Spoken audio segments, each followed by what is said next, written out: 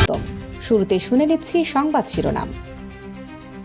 অবশেষে ইরানের 10 শর্তারোপের পর যুদ্ধবিরতিতে গেল যুক্তরাষ্ট্র। 2 সপ্তাহ ইরানে হামলা হবে না। পাকিস্তানের ইসলামাবাদে আলোচনা শুক্রবার শুরু। ভারতের মণিপুরে রকেট হামলায় 2 শিশু মৃত্যুর ঘটনায় আবারও অস্থিরতা। ইন্টারনেট বন্ধ, সরকারি বাহিনীর বিরুদ্ধে বিক্ষোভকারীদের হত্যার অভিযোগ। বাংলাদেশে হাই প্রোফাইল রাজনীতিবিদ আরিফ খানকে পাঠাতে পারে ভারত। এই সাবেক মন্ত্রী ও গভর্নর ইসলাম সংস্কারের বড় সমর্থক। এবার অন্যান্য সংবাদের সঙ্গে বিস্তারিত। পাকিস্তানের মধ্যস্থতায় ইরান ও যুক্তরাষ্ট্রের মধ্যে ঐতিহাসিক যুদ্ধবিরতি ঘোষিত হয়েছে, যা লেবানন সহ পুরো মধ্যপ্রাচ্যে কার্যকর হবে। এই সমঝোতাকে স্বাগত জানিয়ে পাকিস্তানের প্রধানমন্ত্রী শাহবাজ শরীফ আগামী শুক্রবার ইসলামাবাদে শান্তি আলোচনার ডাক দিয়েছেন। এর ফলে ইরানের উপর ট্রাম্পের সম্ভাব্য হামলা আপাতত 2 সপ্তাহ স্থগিত থাকছে। তেহরান আলোচনার টেবিলে 10 দফা কঠোর শর্ত দিয়েছে, যার মধ্যে মধ্যপ্রাচ্য থেকে মার্কিন সেনা প্রত্যাহার, সব নিষেধাজ্ঞা বাতিল এবং বিদেশে আটকে থাকা সম্পদ ফেরতের দাবি প্রধান। এছাড়াও হরমুজ প্রণালীতে একচ্ছত্র নিয়ন্ত্রণ এবং যুদ্ধের ক্ষতিপূরণ চেয়েছে ইরান। তেহরানের দাবি, এই চুক্তিকে জাতিসংঘের বাধ্যতামূলক রেজুলেশন হিসেবে পাশ করতে হবে। ইসলামাবাদ বৈঠকেই এখনই নির্ধারণ করবে মধ্যপ্রাচ্যের ভবিষ্যৎ স্থিতিশীলতা। এদিকে যুদ্ধবিরতির যখন মধ্যপ্রাচ্যে শান্তির বার্তা নিয়ে আসছে, তার মাঝেই লেবাননের সিদনে ইসরায়েলি বিমান হামলা হয়েছে। এতে অন্তত 8 জন নিহত ও 22 জন আহত হয়েছেন।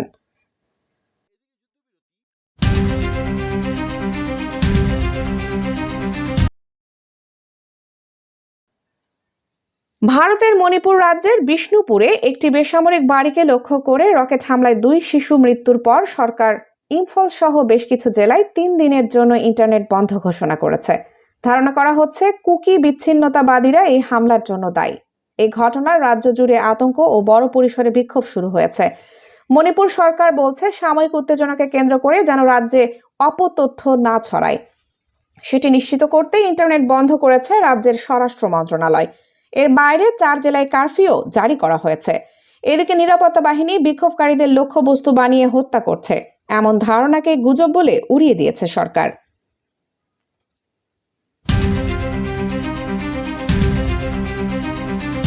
ঢাকায় ভারতের হাই কমিশনার প্রণয় ভার্মার সম্ভাব্য উত্তরসূরি হিসেবে বিহারের সদ্য সাবেক রাজ্যপাল আরিফ মোহাম্মদ খানের নাম ভাসছে আলোচনায়। এই ঘটনা শুধু বাংলাদেশে নয়, ভারতীয় উপমহাদেশের ইতিহাসে একটি বিরল ঘটনা। এমনকি বিশ্বেও এমন দৃষ্টান্ত একেবারেই নগণ্য। জানা যায়, পেশাদার কূটনীতিক না হলেও তাকেই প্রতিনিধি হিসেবে ভারত সরকার প্রতিবেশী বাংলাদেশের জন্য বেছে নিতে পারে বলে আভাস মেলার কথা কয়েকটি ভারতীয় সংবাদ মাধ্যম বলছে। ভারতীয় সংবাদ মাধ্যম দ্য টাইমস নিউ এর এক প্রতিবেদনে বলা হয়, কেবল পেশাদার কূটনীতিকদেরই রাষ্ট্রদূত বা হাই কমিশনার করতে হবে, এমন বাধ্যবাধকতা ভারতে নেই। অনেক সময় গুরুত্বপূর্ণ দেশগুলোতে জ্যেষ্ঠ রাজনীতিক বা কর্মকর্তাদেরও দূত হিসেবে পাঠিয়েছে ভারত।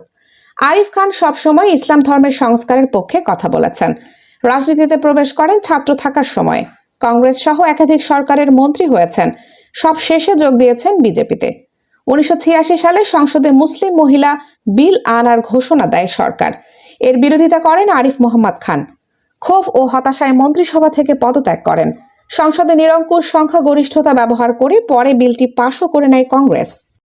ইতিহাসে এই ঘটনায় পরিচিত হয়ে যায় শাহ বানু রায়কে উল্টে দেওয়া হিসেবে। পরে কংগ্রেস ত্যাগ করে অন্য দলে যোগ দেন আরিফ খান। 1989 সালের নির্বাচনে ব্যাপক ভরাডুবি ঘটে রাজীব গান্ধীর নেতৃত্বাধীন কংগ্রেসের। এই ভরাডুবির পেছনে আরিফ মোহাম্মদ খানের কংগ্রেস ত্যাগকে বড় কারণ হিসেবে দেখা হয়। কিন্তু তার পথ চলা থেমে যায়নি। একাধিকবার মন্ত্রী হয়েছেন, শেষে বিজেপিতে যোগ দিয়েছেন। সর্বশেষ বিহারের রাজ্যপাল হিসেবে দায়িত্ব পালন করেছেন। আরিফ খান ভারতে 3 তালাকের বিরোধিতা করেছিলেন এবং বলেছিলেন যে মুসলিম পুরুষদের দ্বারা এইভাবে বিবাহ বিচ্ছেদ ঘোষণা করা 3 বছরের কারাদণ্ডযোগ্য অপরাধ হওয়া উচিত। 2022 সালের কর্ণাটক হিজাব বিতর্কের সময় ইসলাম অনুসারে হিজাব একটি অপরিহার্য পোশাক নয় বলে কর্ণাটক হাইকোর্টের দেওয়া রায়কে খান স্বাগত জানিয়েছেন। সেই আরিফ খানকে এবার ঢাকায় পাঠানো হচ্ছে হাই কমিশনার করে। এর আগে ভারত সরকার এত বড় প্রোফাইলের কাউকে কখনো রাষ্ট্রদূত করেছে কিনা তা নিয়ে রীতিমতো গবেষণা চলছে।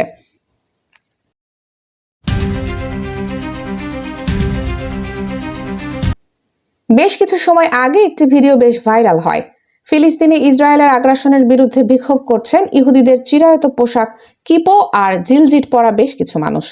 এক ইহুদি নারী ক্ষিপ্ত হয়ে তাদের আক্রমণ করছেন। বিক্ষোভকারীরা বলছেন, আমরা প্রকৃত ইহুদি, তোমরা জায়নবাদী। সত্যিকারের ইহুদিদের ইসরায়েলের আগ্রাসনের বিরুদ্ধে প্রতিবাদ করতেই হবে। এই ভিডিও শুধু নয়, ইহুদিদের একটি অংশ সবসময় জায়নবাদের বিরুদ্ধে শক্ত প্রতিবাদ করে গেছেন। এদের অন্যতম ইরানি ইহুদিরা। পারস্যে প্রায় 2700 বছর ধরে ইহুদি ইতিহাস শনাক্ত করা যায়। ইহুদি শাস্ত্রে ব্যাবিলন দ্বারা ইহুদিদের যে বন্দী করার ইতিহাস রয়েছে, বলা হয় ইহুদিরা তাদেরই বংশধর। ইসলামী বিপ্লবের পর জায়নবাদী ইহুদিরা ইসরায়েলে চলে গেলেও সুযোগ থাকা সত্ত্বেও ইহুদিরা ইরান ছাড়েনি। এরা মূলত অর্থোডক্স ইহুদি। মার্কিন ইসরায়েলি হামলায় মুক্তি পাচ্ছে না ইরানি ইহুদিরাও। 7 এপ্রিল ইসরায়েলি হামলায় পুরোপুরি ধ্বংস হয়ে গেছে তেহরানের একটি সিনাগগ। অবশ্য ইরানের ইহুদিরা দমে যায়নি। তাদের অনেকেই প্রকাশ্যে ইসরায়েলি আগ্রাসনের বিরোধিতা করছেন। যেভাবে তারা বছরের পর বছর ধরে গাজা আর পশ্চিম তীরে জায়নবাদীদের আগ্রাসনের বিরোধিতা করে আসছেন।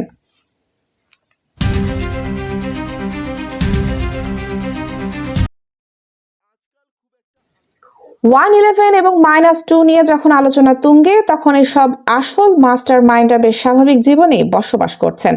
এ নিয়ে বাঙালিয়ানার বিশেষ মন্তব্য প্রতিবেদন দেখতে ক্লিক করুন আই বাটনে।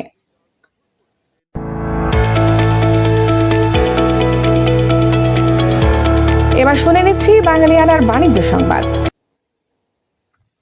বাংলাদেশ ব্যাংকের তথ্য অনুযায়ী 2025 সালের শেষ প্রান্তিক অক্টোবর-ডিসেম্বর MFCN নিট প্রত্যক্ষ বিদেশি বিনিয়োগ আগের বছরের তুলনায় 18.42% কমেছে। এ সময় নিট FDI এসেছে $10.80 কোটি। শুধু নতুন বিনিয়োগেই নয়, পুনরায় বিনিয়োগকৃত মুনাফাও কমেছে প্রায় 35.31%।